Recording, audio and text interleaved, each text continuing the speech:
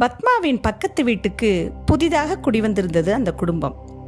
நடுத்தர வயது அம்மா ஒருவரும் இளம்பெண் ஒருவருமாக 2 பேர் மட்டுமே இருந்தார்கள். அந்த நடுத்தர வயது அம்மா எப்போதும் சோகமாக காட்சி தந்தார். எந்த அலங்காரமும் செய்து கொள்வதில்லை, நெற்றியில் பொட்டு வைப்பதில்லை, பளிச்சென்று புடவை உடுத்துவதில்லை, நகைகள் அணிவதில்லை.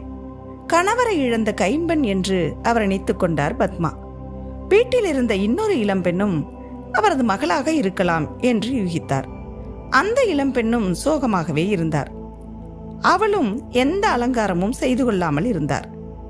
தந்தையை சமீபத்தில் இழந்த சோகத்தில் இப்படி ஆகியிருக்கலாம் என்று நினைத்துக் கொண்டார் பத்மா. அந்த இளம்பெண் எங்கோ வேலைக்கு போகிறார். அப்போது கூட அவர் எந்த அலங்காரமும் செய்து கொள்வதில்லை. அவர்கள் குடிவந்த 2 நாட்கள் கழித்து நடுத்தர வயது மனிதர் ஒருவர் அந்த வீட்டுக்கு வந்தார். வார இறுதியில் வந்த அவர் வீட்டுக்கு தேவையான பொருட்கள் சிலவற்றை வாங்கி கொடுத்துவிட்டு திங்கட்கிழமை மீண்டும் போய்விட்டார். அவர் யார் என்று யூகிப்பது பத்மாவுக்கு கடினமாக இருந்தது. அடுத்த நாள் பத்மாவின் வீட்டுக்கு அந்த நடுத்தர வயது அம்மா வந்தார். மிளகாய்த்தூள் அரைக்க மெஷின் எங்கே இருக்கு என்று கேட்டார். பத்மாவுக்கும் மெஷினுக்கு போக வேண்டிய வேலை இருந்ததால் கூட போய் வந்தார். மளிகை கடை, துணி அயன் செய்யும் கடை என்று எல்லாவற்றையும் அறிமுகம் செய்தார்.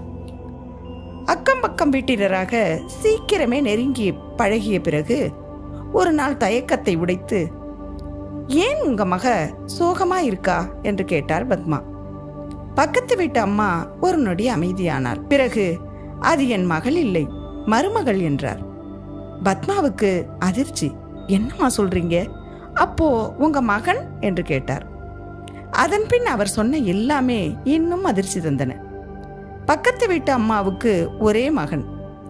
ஐடி நிறுவனத்தில் நல்ல வேலையில் இருந்தான்.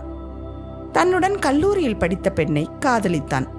பெற்றோர் இல்லாமல் ஆதரவற்றோர் இல்லத்தில் வளர்ந்தாள் அந்த பெண். மகன் விருப்பத்துக்கு பெற்றோரும் சம்மதிக்க மகிழ்ச்சியாக திருமணம் நடந்தது. ஒரே மாதத்தில் ஒரு விபத்தில் மகன் இறந்துவிட மருமகள் கைம்பெண்ணாய் நின்றாள். என் மகனை மறந்துட்டு வேற கல்யாணம் பண்ணிக்கொன்னு சொல்றோம். அவ கேட்கல. மகனுக்கு பதிலா எங்களோட அவ இருக்கணும்னு நினைக்கிறா. கணவனை இழந்த சோகத்துல அவ எந்த அலங்காரமும் செய்துக்கல.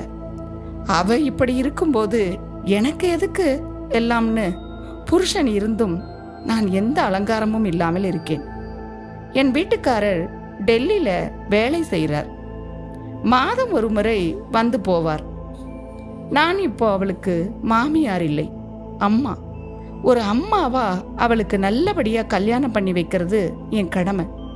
நிச்சயம் நான் அதை செய்திருவேன் என்ற அவரது கைகளை ஆதரவாக பற்றி கொண்டாள் பத்மா.